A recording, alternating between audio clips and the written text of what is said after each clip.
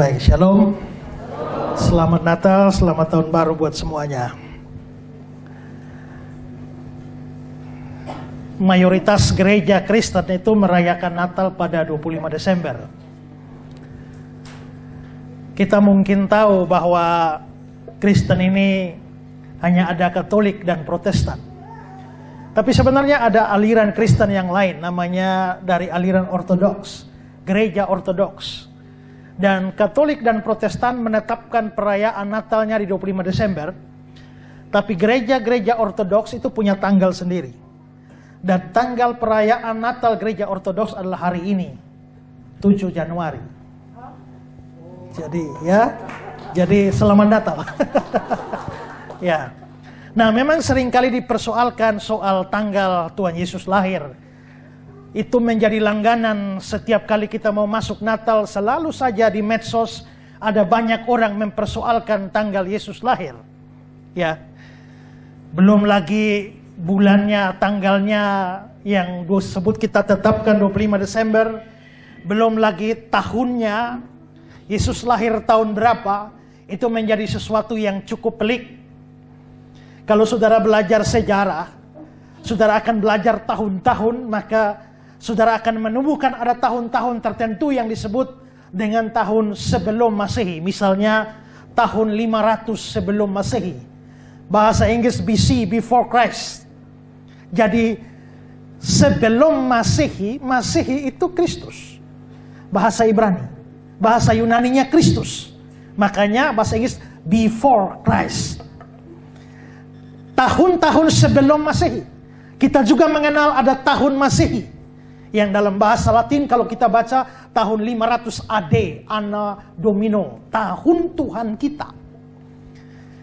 Tahun 500 sebelum Masehi artinya 500 tahun sebelum Yesus lahir.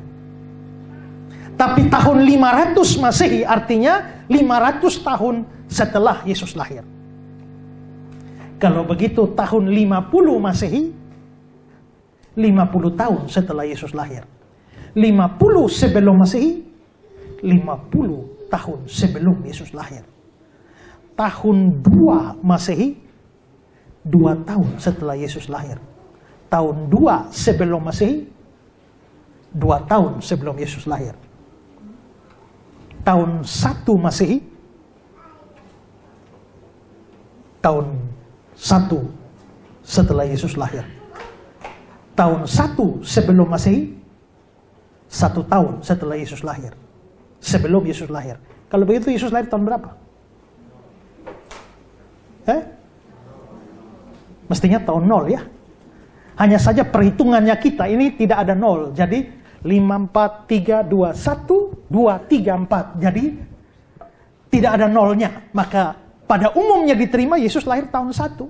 Nah, kalau kita sudah tahun 2022 berarti boleh dipastikan bahwa Yesus itu lahir 2022 tahun yang lalu.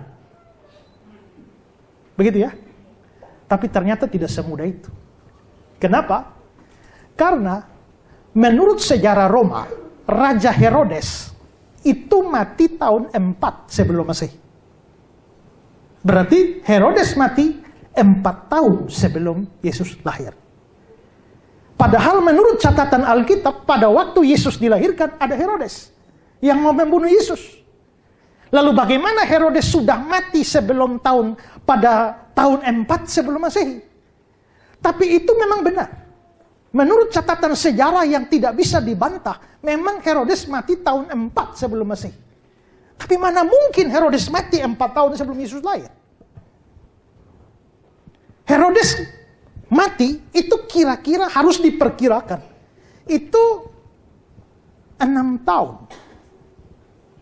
Ya. 2 tahun sebelum kelahiran Yesus. Kenapa? Karena Herodes begitu dengar kabar dari orang Majus, dia suruh bunuh anak-anak di bawah 2 tahun. Kalau Herodes mati tahun 4 sebelum Masehi, sedangkan perhitungan dia berdasarkan keterangan orang Majus, bahwa itu kira-kira 2 tahun, maka dia suruh bunuh anak-anak di bawah 2 tahun, maka 4 tambah 2 itu 6. Maka diperkirakan Yesus itu lahir tahun 6 sebelum Masehi. Tapi kalau tahun 6 sebelum Masehi, apa arti 6? Tahun 6 sebelum Masehi? Artinya 6 tahun sebelum Yesus lahir.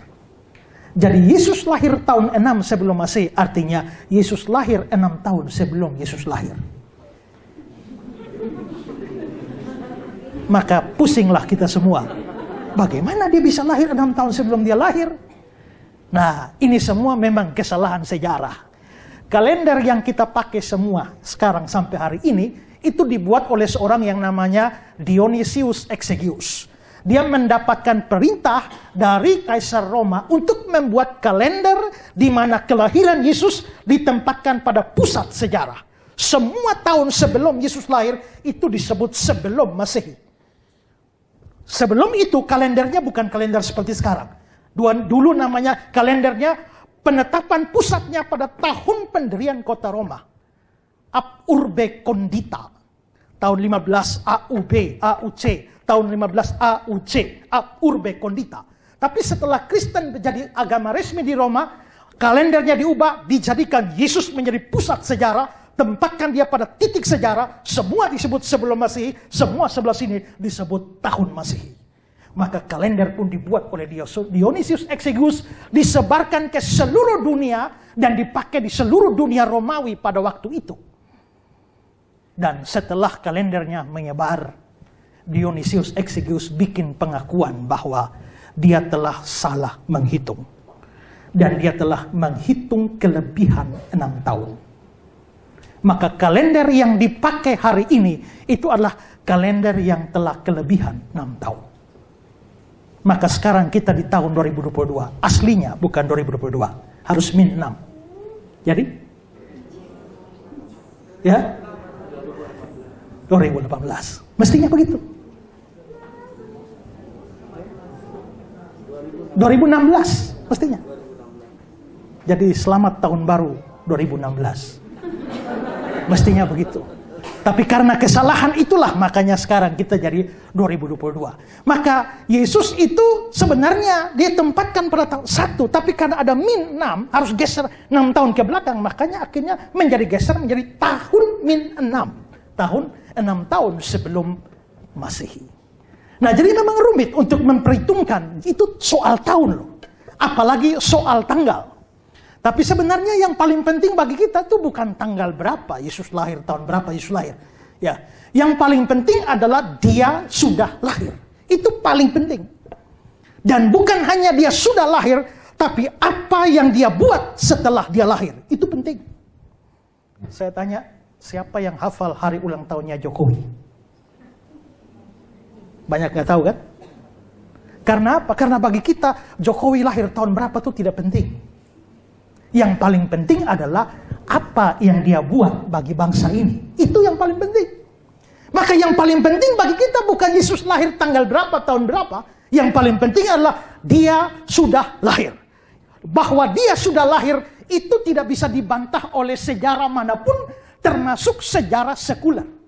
Sejarawan-sejarawan seperti Tacitus atau Flavius Josephus, Pliny the Younger, semua bukan orang Kristen. Tapi mereka mengkonfirmasi bahwa pada abad pertama ada seorang yang namanya Yesus dari Nazaret. Itu tidak bisa dibantah. Termasuk apa yang dia buat dengan hadir di dalam dunia, yakni menjadi penebus orang berdosa dengan mati di atas kayu salib. Itu tidak bisa dibantah. Karena itu yang paling penting adalah Yesus sudah lahir dan apa yang dia buat bagi kita setelah kelahirannya. Nah, saudara-saudara, tema kita ini adalah the greatest gift, suatu hadiah yang besar sekali, yang terbesar. Nah, saya ingin melandaskan tema ini di bawah satu ayat yang saya kira tidak perlu kita baca, sudah hafal semua. Mari sama-sama hafal. Yohanes 3 ayat 16. 2, 3.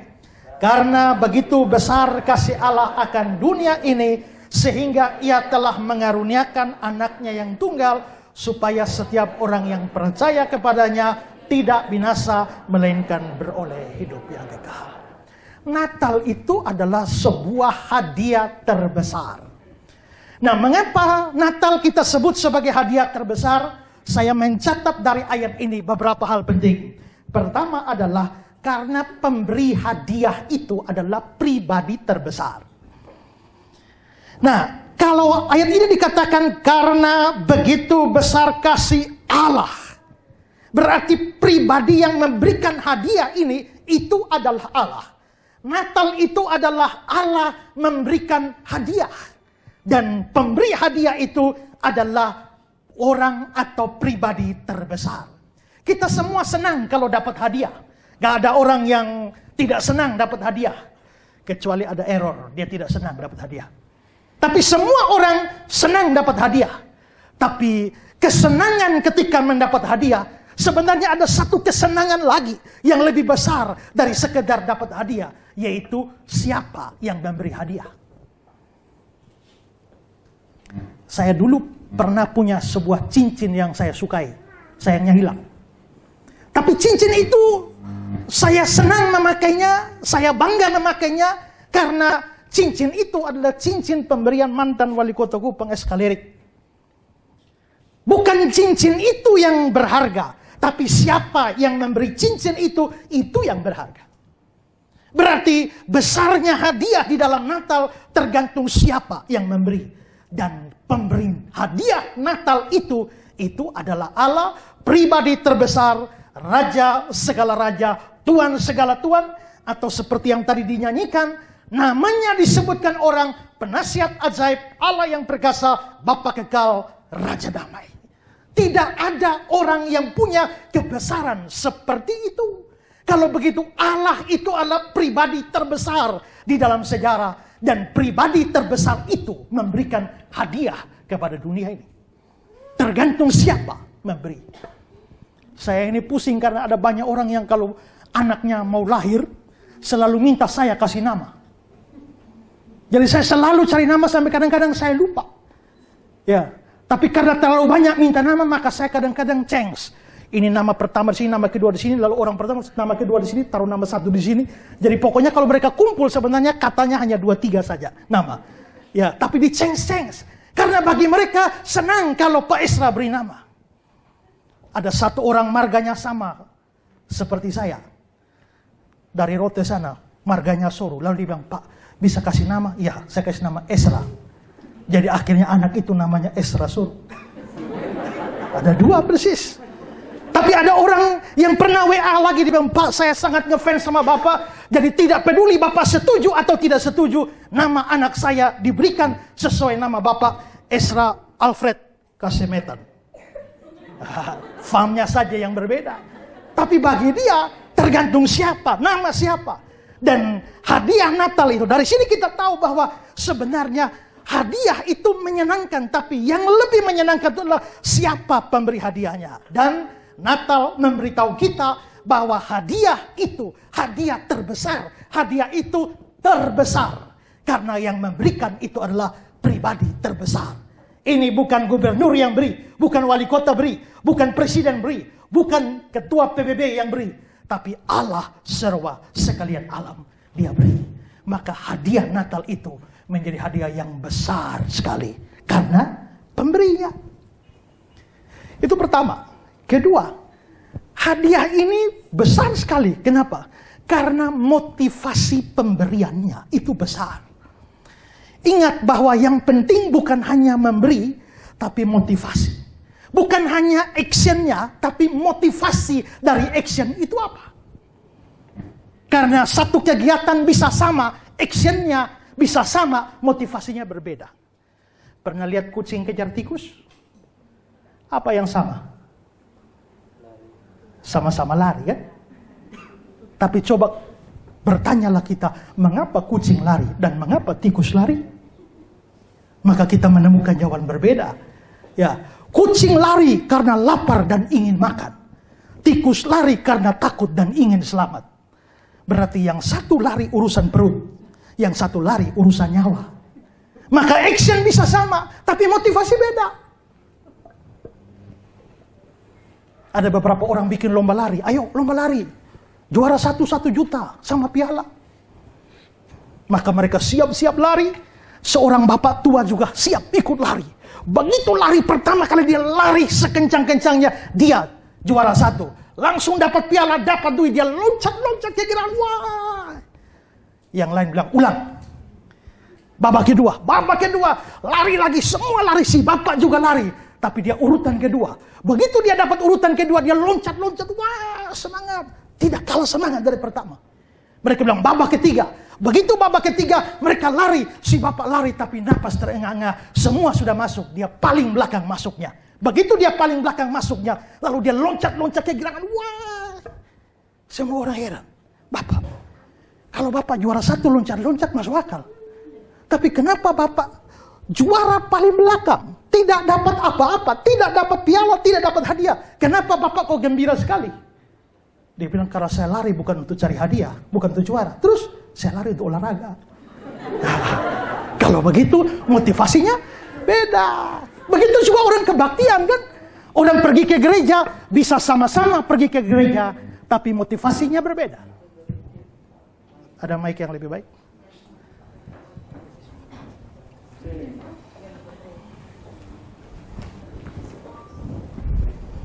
Orang bisa pergi ke gereja, tapi motivasinya beda-beda. Orang bisa layani Tuhan, tapi motivasinya beda. Pada waktu saya melayani di Kediri, kebaktian jam 8. 6:30 sudah ada bapak-bapak duduk di situ. Yang lain terlambat, si bapak duduk di situ. Minggu depan lagi 6:30 sudah duduk. Minggu berikut lagi 6:30 sudah duduk. Rajin amat si bapak. Saya tanya, Pak, kenapa bapak rajin sekali kebaktian? 6:30 sudah di sini. Terlalu rindu sama Tuhan kak? Dia bilang, tidak bapak pendeta. Kenapa? Lebih baik saya datang cepat di gereja. Di rumah mai tua pemulut. Pagi begini pusing. Jadi lebih baik datang gereja. Berarti orang bisa datang gereja, motivasi berbeda. Dalam hal memberi juga begitu. Orang bisa memberi apa saja, sebesar apa saja, motivasi bisa beda. Seorang pendeta terkenal di Amerika namanya Jim Bakker. Dia seorang penginjil televisi yang sangat terkenal. Banyak followersnya dan semua orang sangat fanatik ikut dia. Lalu satu hari dia bilang begini, bahwa Tuhan bicara kepadaku bahwa aku harus bisa mengumpulkan uang sekian juta dolar, deadline-nya tanggal sekian. Jikalau tidak, maka Tuhan akan mencabut nyawaku. Maka semua followersnya yang fanatik di mana-mana tidak mau dia mati. Lalu mereka sumbang. Tapi begitu sudah sumbang pun tetap duitnya masih kurang dari jumlah yang Tuhan tetapkan. Lalu dia berteriak lagi di televisi, kurang 5 hari. Kalau tidak cukup, maka Tuhan akan cabut nyawaku. Ayo memberi, semua memberi. Kurang 1 hari, masih jauh juga. Dan dia terus berteriak di televisi. Sampai deadline-nya hampir selesai, duitnya masih kurang. Dan kurang beberapa menit, tiba-tiba seorang transfer. Lengkap seluruh sekian juta dolar terpenuhi. Puji Tuhan, Tuhan tidak jadi cabut nyawa saya. Tapi wartawan heran. Siapa orang yang memberi pada detik-detik terakhir dengan jumlah yang begitu banyak? Wartawan cari, akhirnya ketemu. Dan yang menariknya adalah orang ini bukan orang Kristen yang beri. Lalu wartawan wawancara dia, Bapak bukan orang Kristen. Apakah Bapak followers dia? Bukan juga. Terus kenapa Bapak mau memberi uang sebanyak itu? Dia bilang, saya kebanyakan duit. Saya tiap hari lihat pendeta itu teriak-teriak di televisi. Dan dia bilang, deadline tanggal sekian, kalau uang tidak cukup, maka Tuhan akan cabut nyawa dia. Saya pikir, orang gila seperti ini, kalau duitnya tidak cukup, dia bisa bunuh diri. Jadi saya kasihan sama orang gila itu. Jadi saya kasih duit saya. Berarti dia memberi. Karena apa? Karena kasihan orang gila. Kalau saudara naik motor, ditilang polisi. Polisi tidak mau. Polisi minta duit. Lalu saudara kasih. Sekarang saya tanya, motivasi apa saudara kasih polisi? Pak polisi ini 50.000 karena saudara sayang Pak polisi. Bukan, saudara bisa kasih dia sambil maki-maki dia. Berarti orang bisa memberi, tapi motivasinya berbeda-beda. Motivasi Allah di dalam memberi itu apa? Karena begitu besar kasih. Berarti motivasi itu adalah kasih. Dan menurut kitab suci, kasih itu adalah hal yang besar. Kenapa? Kalau saudara baca di 1 Korintus 13, kasih lebih besar dari seluruh karunia roh yang bisa didapatkan. Kasih lebih besar dari seluruh pengetahuan. Kasih lebih besar dari seluruh pemberian yang bisa diberikan tanpa kasih. Dan akhirnya di ayat yang ke-13 Paulus bilang, demikian tinggal 3 hal ini. Iman, pengharapan, dan kasih. Dan yang paling besar diantaranya adalah kasih. Kalau begitu, kasih itu adalah motivasi terbesar. Maka Natal itu adalah hadiah terbesar. Pertama, yang beri itu pribadi terbesar.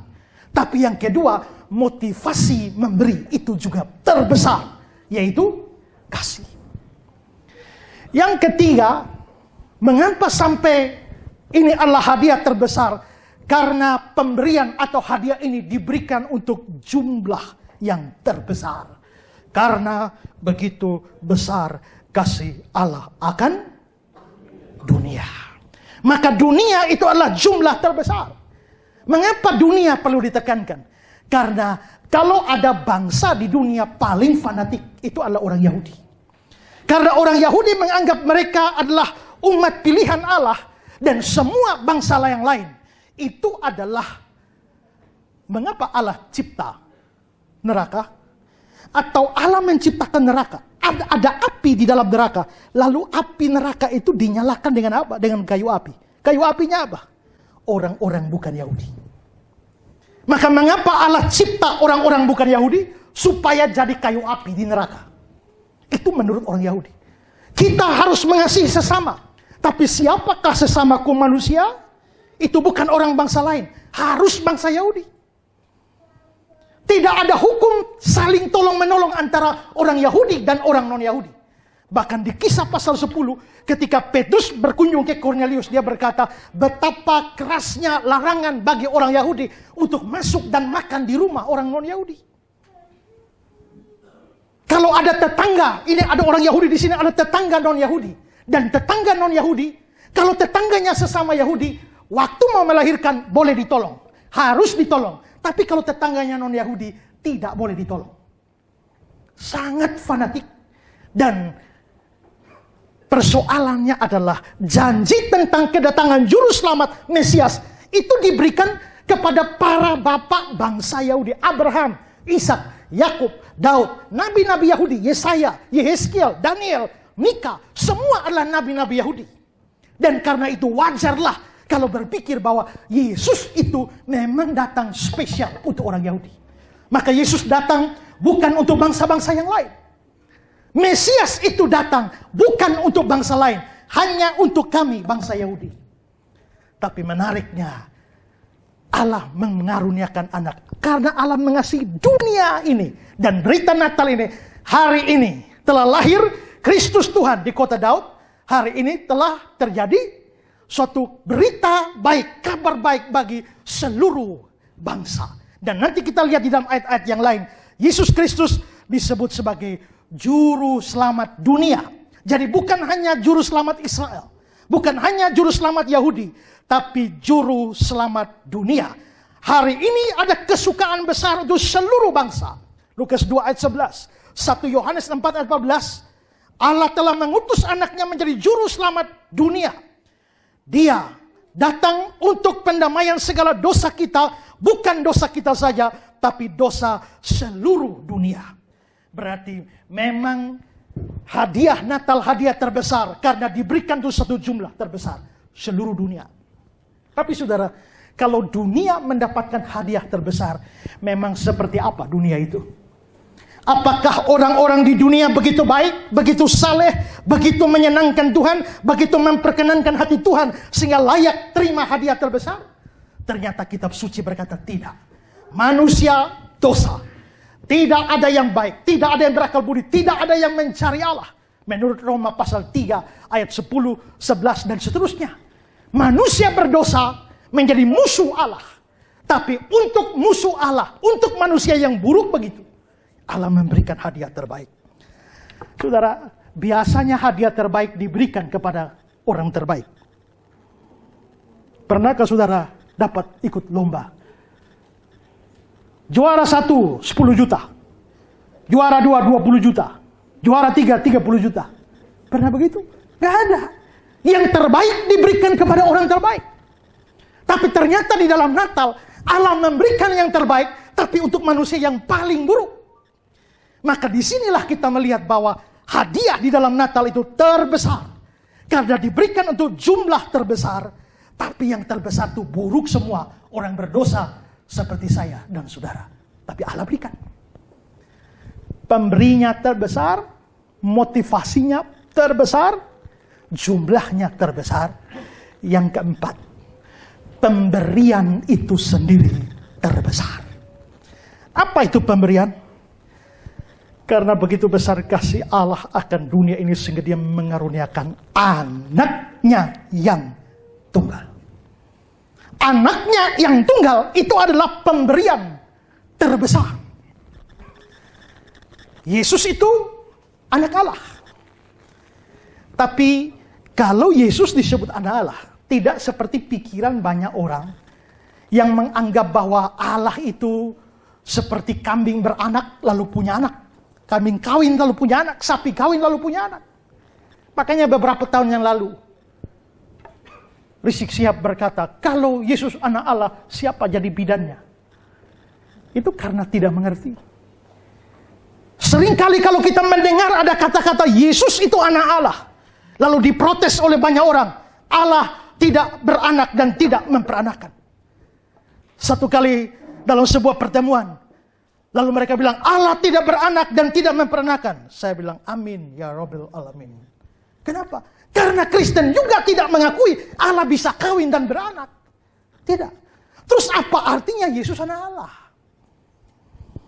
Dalam sebuah acara dialog antar umat Kristen dan Islam di Sidoarjo. Muhammadiyah Sidoarjo, beberapa tahun yang lalu saya hadir. Lalu mualaf Insan Mokoginta almarhum. Lalu dia bilang bahwa Yesus itu anak Allah, bukan Allah. Lalu dia bicara ke hadirin, saya tanya, anak presiden atau bukan? Semua hadirin bilang bukan. Anak gubernur atau bukan? Bukan. Anak bupati atau bukan? Bukan. Anak Allah atau bukan? Bukan. Jadi Yesus anak Allah atau bukan? Bukan. Lalu giliran saya bicara. Lalu saya tanya pada mereka. Saya tanya, anak ular atau bukan? Mereka diam, saya bentak, jawab. Anak macan atau bukan? Anak manusia atau bukan? Kamu ini manusia atau anak manusia? Manusia, lalu bukan anak manusia. Anak manusia juga, lalu manusia. Ya, berarti kalau kamu bisa anak manusia sekaligus manusia, kenapa dia tidak bisa anak Allah sekaligus Allah? Anak Allah menyatakan kesamaan hakikat dengan bapaknya. Kalau bapaknya macan, anaknya macan. Sehakikat dengan bapaknya. Anaknya ular, sehakikat dengan bapaknya itu ular. Maka anak ular adalah ular. Anak manusia adalah manusia. Anak Allah adalah Allah sendiri. Jadi kalau Yesus disebut sebagai anak Allah, jangan berpikir bahwa Allah kawin lalu punya anak. Tidak. Tetapi Alkitab menyebutnya sebagai anak. Itu berarti bahwa hadiah Natal itu terbesar. Karena yang Allah berikan bagi dunia bukan seorang malaikat. Tapi seorang anak. Dan anak itu adalah sehakikat dengan Bapa. Dan itu adalah Allah sendiri.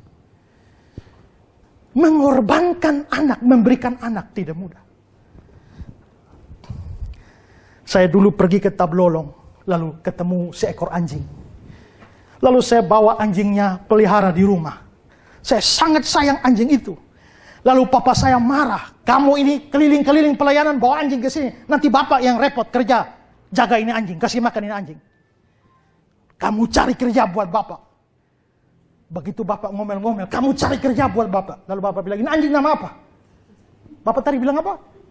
Kamu cari kerja buat bapak. Cari kerja. Caker. Nah, itu nama anjingnya, Caker. Cari kerja. Saya sangat sayang Caker. Kemana-mana saya pelayanan pulang, selalu bawa makan, roti, apapun. Makan di warung manapun, pulang mesti bawa buat Caker.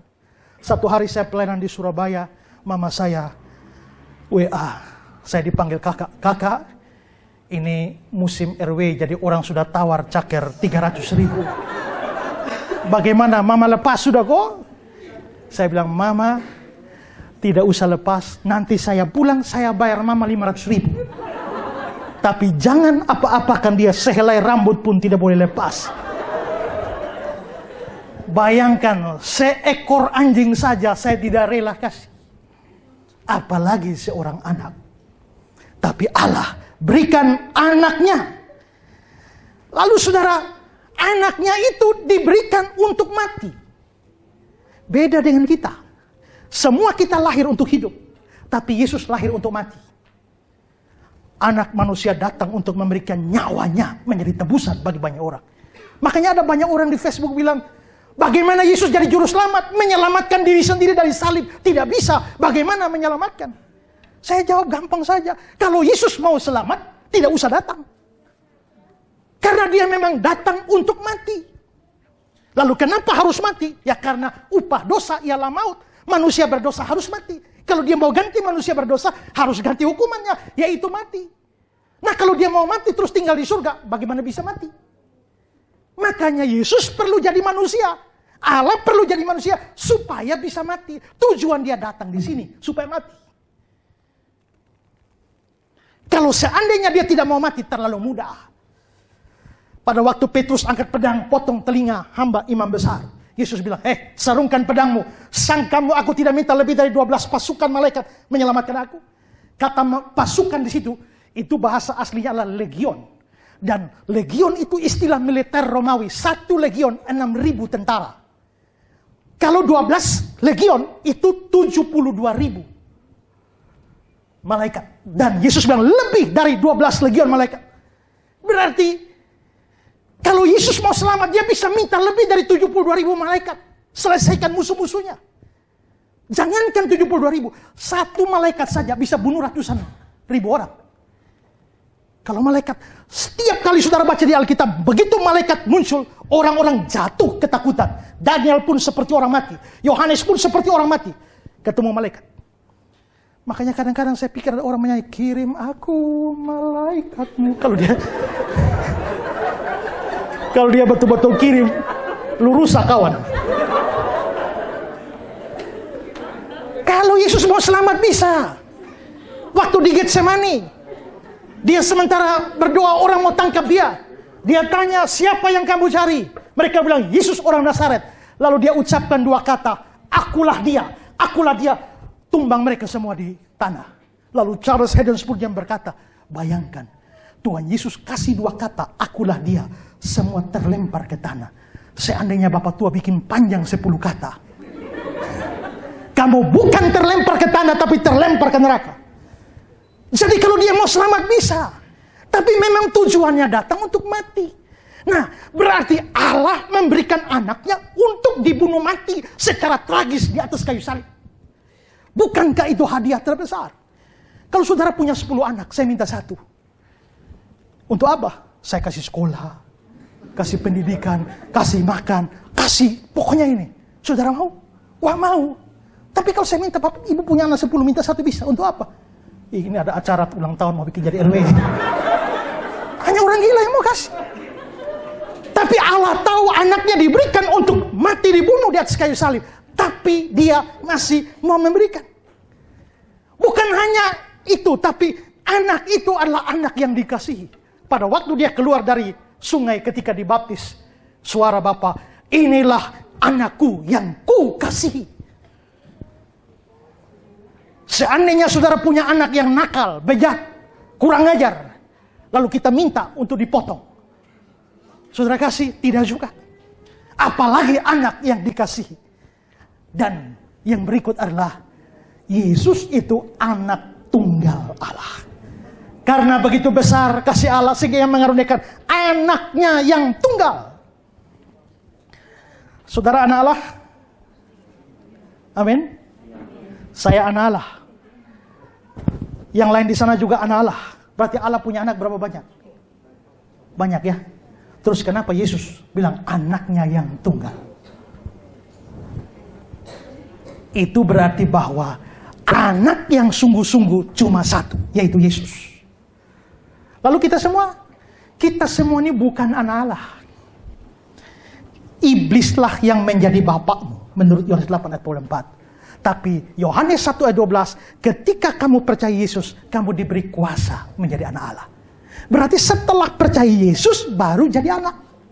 Sebelum percaya Yesus, bukan anak Allah. Terus siapa? Anak iblis. Tapi setelah percaya Yesus, jadi anak. Maka dalam Galatia 4 ayat 5, kamu diterima menjadi anak. Adoption of son. Artinya, kita semua anak, tapi anak adopsi. Tapi Yesus anak yang sungguh-sungguh. Dan untuk anak tunggal, anak yang sungguh-sungguh itulah Allah memberikannya bagi dunia. Kalau begitu pemberian itu terbesar. Natal itu adalah hadiah terbesar. Karena memang hadiahnya sendiri besar. Yang memberikan terbesar. Motivasinya terbesar. Jumlahnya terbesar. Dan pemberian itu sendiri terbesar. 4. Yang kelima. Pemberian terbesar ini, kalau ditolak atau tidak diterima, akan menghasilkan hukuman terbesar. Supaya setiap orang yang percaya kepadanya tidak binasa. Maka kita balik. Yang tidak menerimanya, binasa. Binasa itu adalah hukuman terbesar. Dan kalau kita baca di Alkitab, tidak bisa tidak, hukuman terbesar, kebinasaan terbesar, itu di dalam neraka. Banyak orang mungkin tidak percaya neraka. Tapi kitab suci, bahkan Yesus adalah tokoh yang paling banyak bicara soal neraka. Ilmu pengetahuan modern mungkin tidak bisa mendeteksi di mana ada neraka. Tetapi kitab suci berkata ada, Yesus berkata ada. Kepercayaan kita pada kitab suci dan pada Yesus membuat kita harus percaya neraka itu adalah benar-benar ada. Ketika Yuri Gagarin pertama kali pergi ke bulan, lalu dengan pesawat Apollo-nya dan dia masih pakai tabung oksigen keliling ke bulan, lalu dia keliling-keliling di sana, akhirnya dia pulang dan dia menulis di sebuah koran, saya sudah sampai ke bulan, keliling dengan Apollo ke seluruh bagian bulan. Tapi ternyata surga tidak ada, neraka tidak ada. Baru ke bulan bilang neraka, surga tidak ada. Ke bulan itu berapa jauh? Seandainya kita bisa bikin pesawat kecepatan cahaya. Kecepatan cahaya itu berapa? 300.000 km per detik. Jadi kalau kita bisa bikin pesawat kecepatan cahaya, larinya 1 detik 300.000. Dengan pesawat seperti itu, ke bulan itu 1,3 detik sampai bulan. Jadi kalau kita pakai pesawat kecepatan cahaya, waktu saya khotbah ini entah berapa kali sudah kita bolak-balik bulan. Baru ke bulan hanya 1,3 detik, lalu bilang neraka tidak ada. Begitu Yuri Gagarin menulis begitu, seorang pendeta Amerika menanggapi, ya memang kamu tidak lihat neraka. Kenapa? Karena kamu tetap di dalam pesawatmu dan tetap pakai tabung oksigen. Kalau berani cabut itu tabung, keluar dari Apollo, saya yakin lu ketemu neraka memang. Neraka itu ada. Dan Alkitab bicara neraka sebagai tempat penghukuman kekal. Simbolnya api. Selain ada api dikatakan ulat bangkainya tidak mati. Selain itu adalah kegelapan yang paling gelap. Selain itu dibilang ada ratap dan kertak gigi. Maka neraka itu adalah tempat hukuman bagi iblis dan orang-orang berdosa. Neraka bukan paguyuban sosial. Sebagai suatu sistem masyarakat yang pindah ke sana. Tidak. Saya pernah baca cerita, begitu Hitler mati, mendarat di neraka. Semua orang hormat Hitler. Begitu Hitler masuk, semua penduduk neraka hormat Hitler. Tapi yang membuat Hitler heran, yang di pojok itu tidak pernah hormat Hitler. Semua hormat. Hitler bingung, siapa sih penduduk di pojok? Kok tidak hormat? Akhirnya satu hari Hitler datang menghadap, hei, semua di sini hormat saya. Kenapa kau tidak? Siapa kau? Lalu yang pojok itu angkat tangan. Kau mau tahu saya siapa? Iya, kau siapa? Yudas Iskariot. Kau jangan macam-macam. Yesus saja saya jual, apalagi kau. No.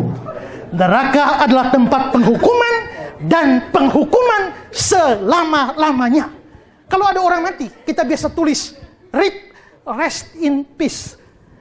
Istirahatlah dalam damai. Itu kalau masuk surga. Kalau masuk neraka, no rest in hell. Maka sebelum tulis RIP itu lihat-lihat dulu. Ini kira-kira orang percaya Yesus atau tidak? Kalau tidak percaya Yesus, bagaimana bilang RIP? Tapi sekarang, neraka tempat penghukuman. Penghukuman yang paling hebat dan selama-lamanya. Sekarang saya coba kasih satu pilihan. Saudara pilih mana? Sakitnya tidak terlalu sakit tapi lama. Pilihan kedua, sakit sekali tapi cepat. Pilih mana?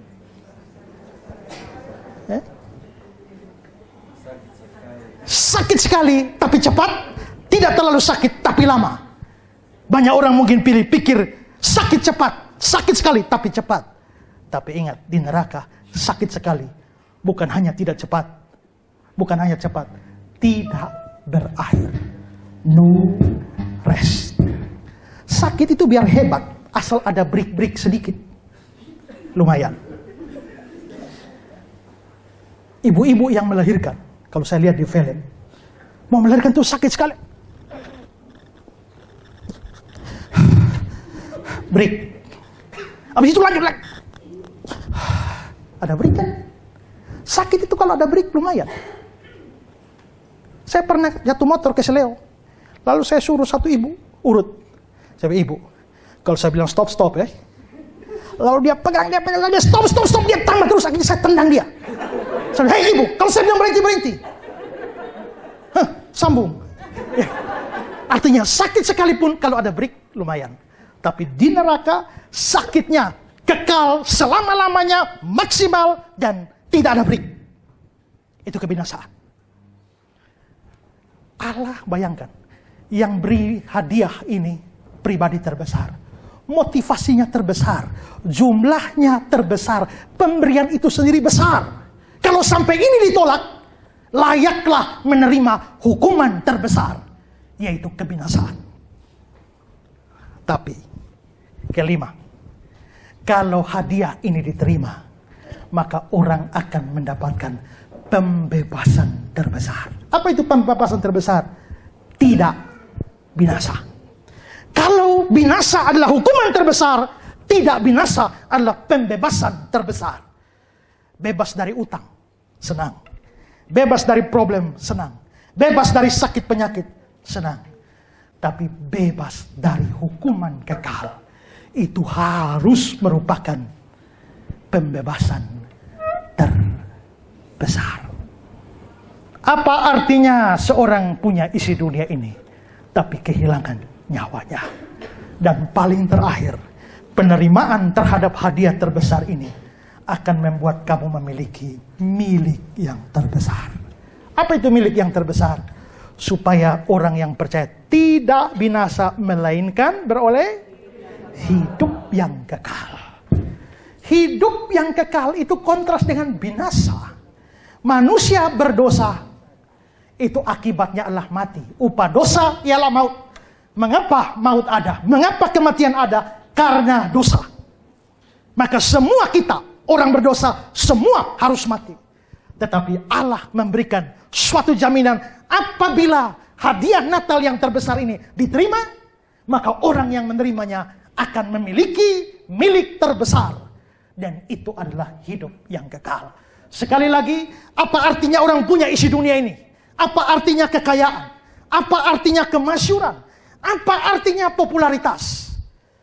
Kalau kita tidak memiliki milik yang terbesar, yaitu hidup yang kekal.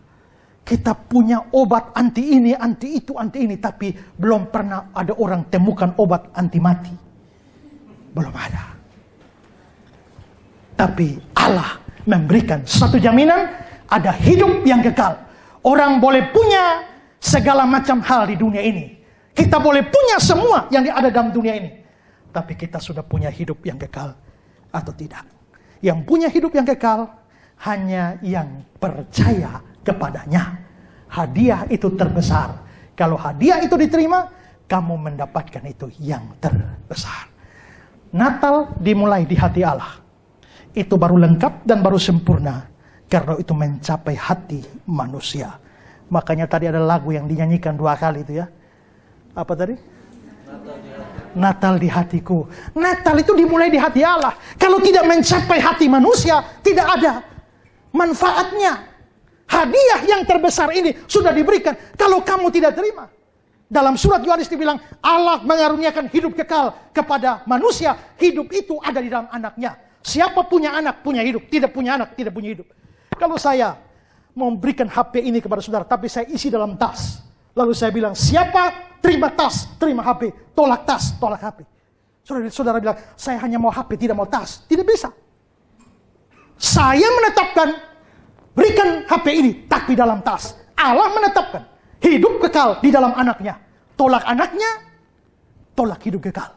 Terima anaknya, terima hidup kekal.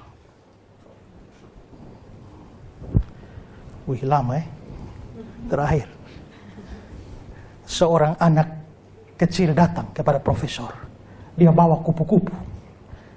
Lalu dia bilang, Pak Profesor, coba Pak Profesor tebak, coba raih. Ini kupu-kupu di tangan saya ini hidup atau mati? Dia siap. Kalau profesor bilang mati, dia tinggal buka, wah hidup. Kalau profesor bilang hidup, dia tinggal ramas begini, wah mati. Jadi dia bawa kupu-kupu, profesor, ini hidup atau mati? Profesor mau jawab apapun, pasti salah. Tapi profesor itu belai-belai rambut. Nah, hidup atau mati di tanganmu. Kalau lu mau dia hidup, hidup. Kalau lu mau dia mati, mati. Allah sudah berikan hadiah terbesar. Sekarang hidup mati di tanganmu. Ayo, buka tanganmu ini. Ikut saya omong ya. Natal adalah hadiah terbesar. Yang memberi adalah pribadi terbesar. Motivasinya terbesar. Untuk jumlah terbesar. Pemberian itu sendiri terbesar. Jika ditolak, ada hukuman terbesar. Jika diterima, ada pembebasan terbesar. Dan milik terbesar. Tutup pelan-pelan. Kasih masuk di saku. Oleh-oleh hadiah Natal dari Pak Esra. Selamat Natal, Tuhan Yesus memberkati kita. Amin. Kita mau berdoa tapi menyanyi itu lagu tadi tuh. Na na na na na na na na na. Dan ya, Natal dimulai di hati Allah, tapi itu baru sempurna kalau mencapai hati manusia. Saya tidak hafal lagunya ya Ibu Dona. Mari membantu menyanyi seperti palungan.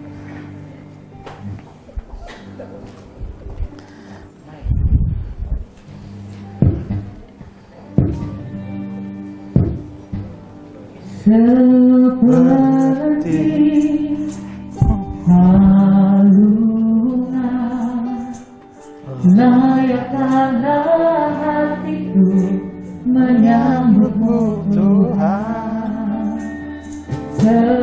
Seperti emas kemenyandamu, biar hidupku berkenan padamu.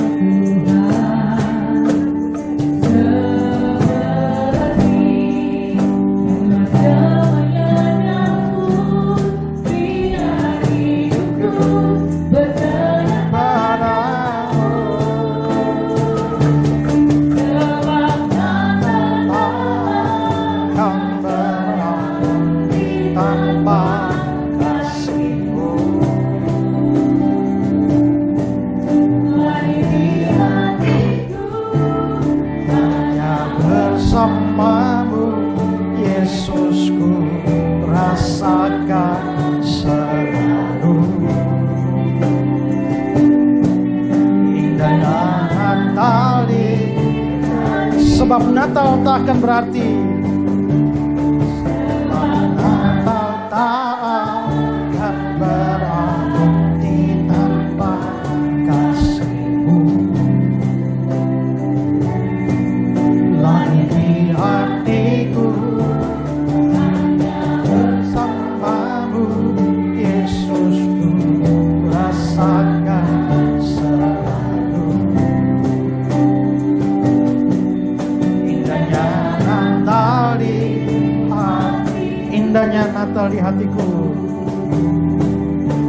Natal di hatiku. Sebelum kita berdoa, saya beri kesempatan masing-masing berdoa sendiri, mengucap syukur untuk Natal. Karena Natal, di dalam Natal, ada hadiah terbesar yang Allah berikan untuk dunia, termasuk untukmu pribadi. Yang sudah percaya Yesus bersyukur, karena saudara mendapatkan pembebasan dan milik terbesar. Yang belum percaya Yesus, ingat, ada hukuman besar yang menanti. Buka hatimu dan terimalah Dia.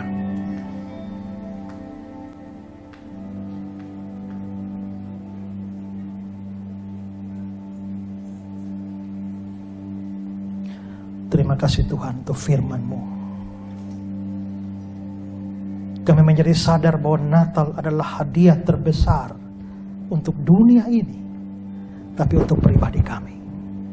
Kami orang berdosa, layak binasa, layak dihukum oleh Allah. Tapi Allah mengasihi dunia, Allah mengasihi kami orang berdosa, memberikan anaknya yang tunggal, menjadi juru selamat bagi kami. Hari ini, kami buka hati kami untuk menyambut Yesus. Hati kami seperti palungan, supaya Yesus lahir di hati kami. Supaya kami tidak binasa. Kami boleh mendapatkan pembebasan terbesar dan milik terbesar, yaitu hidup kekal. Ajar kami menyadari bahwa kekayaan, kebesaran, kejayaan tidak ada arti apa-apa kalau kami tidak memiliki hidup yang kekal. Biarlah dengan Natal tahun ini, seluruh keluarga besar BNI Cabang Kupang boleh menerima hadiah Natal terbesar dari Allah yang memenuhi hati dan jiwa dan mewarnai perjalanan dan pelayanan dan pekerjaan mulai dari awal 2022 sampai akhir tahun, bahkan sampai selamanya. Dalam nama Yesus kami berdoa. Amin.